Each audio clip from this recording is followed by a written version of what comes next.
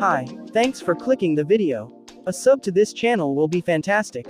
I will be comparing the newly released Oukitel WP28 with its predecessor Oukitel WP26 in this video, to see if there is any improvement in terms of specifications. Don't forget to subscribe, like, and leave a comment below if you have any questions after watching the video.